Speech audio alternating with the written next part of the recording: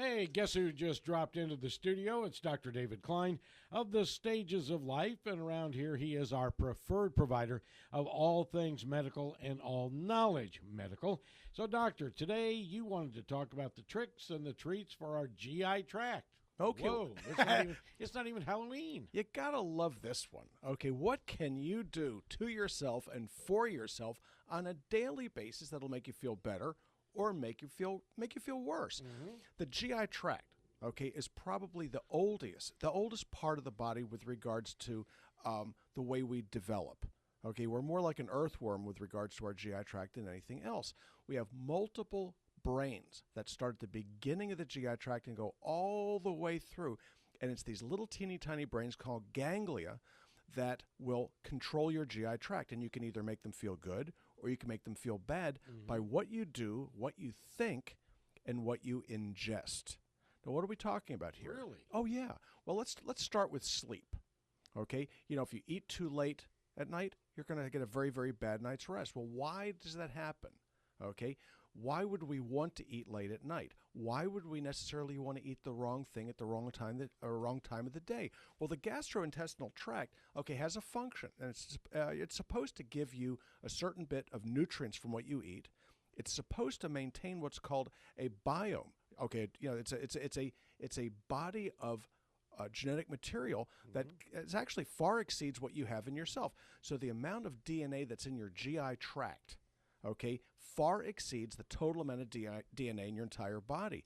And when you consume foods, bacteria, mold, and whatnot, viruses for that matter, will grow relative to each other in a very, very dynamic way. So by eating certain foods, you will actually make yourself feel better and make yourself feel worse. There are certain odors, there are certain smells, certain tastes that will make you feel better or make you feel worse. There are foods that you can eat that will make you feel satiated. There are certain foods that you can eat that will make you more hungry. This is one of the many reasons why some people gain weight and others do not. It's not necessarily how much they eat, although that does influence it certainly, but what their selections and what their choices are with regards to the subtleties of these things. So what can we do to trick our GI tract? Okay, one of the things that we do routinely in medicine, one of the things that we do with some flip abandon is antibiotics. Okay, when you take an antibiotic, and what's the difference between an antibiotic and a chemotherapy agent? Mammalian cell specificity. That's it. Chemotherapy is an antibiotic. That's if you look at the similarity of the names in these chemo agents and antibiotics, you'll realize, guess what? Where did they come from? So when you're taking an antibiotic that's supposed to take care of a particular bacterium or series of bacteria, it will make you nauseated. Why? Because it's also killing off portions of the GI tract. Well, when you're taking antibiotics, it changes the makeup of your gut. Sometimes irreversibly, sometimes you wish it were quickly reversible, and it's leading to the development of certain disorders like C. difficile. Clostridium difficile is a bacterium that exists naturally in the gut. But when you take away or change the relative values, the relative weights of these other bacteria that keep it in check, it will grow like crazy. There's certain serotypes of C. difficile that you'll pick up in the hospital. So if you're there visiting, or God forbid you're there as a patient on antibiotics, you stand a reasonable chance of coming out with C. difficile, which is a disorder that is very, very difficult to treat, and sometimes it can result in lifelong illness. So we use antibiotics these days. Thoughtful physicians will use antibiotics very, very sparingly, and only when you think somebody has a bacterial illness. So the days of going to the doctor, gee, I have a scratchy throat, would you mind giving me some amoxicillin? Would you mind giving me some supercillin? Whatever it happens to be should be over. Unfortunately, they're not, because frankly, it's a whole lot easier to get some whiny person who wants an antibiotic to give them the prescription and get them the heck out of there than it is to argue with them that it may not be in their best interest to do so. Okay, every doctor, every PA, every nurse practitioner has the same experience. Get this person out of here. I'm trying to do them the best I can, and they want opinion second best. Here's your prescription. Go knock yourself out. So when you take an antibiotic and you make changes in this bacterial flora in your gut, Okay, sometimes it's a big deal, sometimes it's not, but how do you correct it? So the trick is the antibiotic, the treat is a probiotic. Okay, and I have people coming in the office on a daily basis, and they follow instructions for the most part, which is to say that they bring their medication bottles with them. Right. Half of them do, half of them do not, the new patients.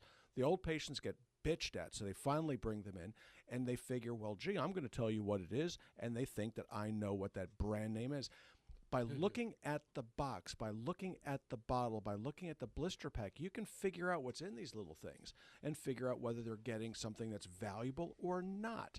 With a probiotic, okay, there are lots and lots of good ones out there, but there are many more that are awful.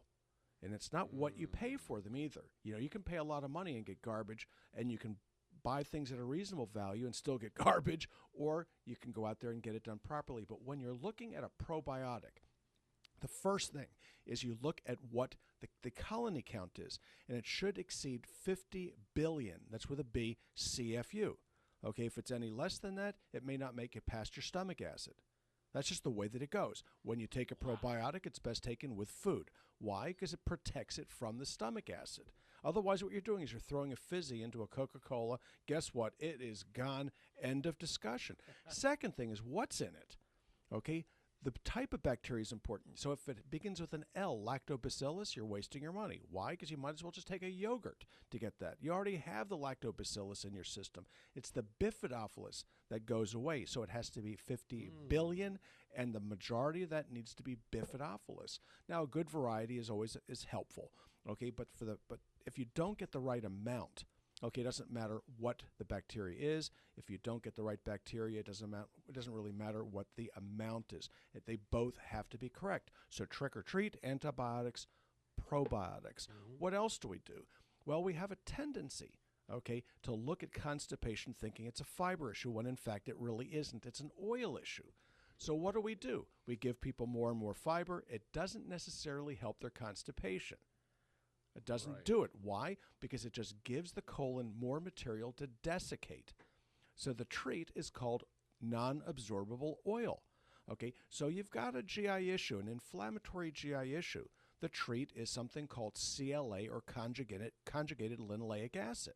Okay, you take 2 grams twice a day. It oils up your GI tract, settles down those inflammatory conditions that many people have. There are many people out there that have ulcerative colitis. There are many people out there that have irritable bowel syndrome. There are many more people that have celiac sprue. Okay, you take the CLA, guess what? The inflammation of the gut goes down. Now, it seems like, and maybe it's just me, but it seems like when I was a little kid, I could eat anything. Everything was cool with the GI tract. But as I got older, then things get more complicated. They always do. And now, even if I just have spaghetti, I've got indigestion for a month. So is it just our age that these things creep up on us? When do you start taking the probiotics? Okay. What age? All right. Well, at a young age, actually, you know, you have a kid on an antibiotic, you start right then and there because your body gets trained. Okay, you know, the odd thing about our own DNA is it's like a bunch of little light switches. They turn on and off based upon what's going on in the environment. So the best time to train somebody how to sleep is when they're a kid. The best time to maintain the discipline is when they're a teenager, and it will reap benefits and dividends for the rest of their lives. You train your body how to operate. But the way I like to think about it in metaphorical terms is this. You go through life with a sack on your back.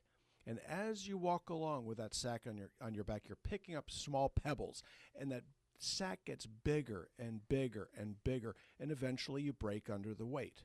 The more pebbles you pick up, the more frail you become, the faster you go down and hit the deck.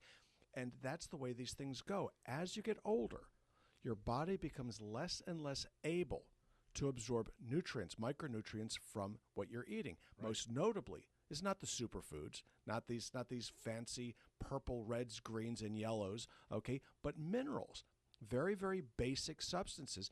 On the best of days, you only absorb 1% of the minerals that are given to your body. That's sufficient. Wow. But if you give it less, it still takes 1%. So 1% of 100 is 1% of 50 is a half. Okay, so figure this thing out. Okay, you have to take enough to get the job done, and as you get older, as the efficiency diminishes, your needs for these minerals, vitamins as well, increases. It doesn't go down because you're older. It goes up because you're older. The efficiencies are what get you. In your case with the spaghetti, maybe you have a difficulty with gluten. DPV4 is the enzyme that you would need to feel better with spaghetti, although spaghetti really isn't all that good for you anyway. Right. I mean, just the way these things go. A slim slice of pizza isn't going to kill anybody unless you've got celiacs, okay, in which case it'll make you want to die. But for the most part, your body, functions well. So the tricks and treats are as follows. We can make ourselves sick. We can make ourselves better. Melatonin enhances sleep. Melatonin also helps the GI tract. All right.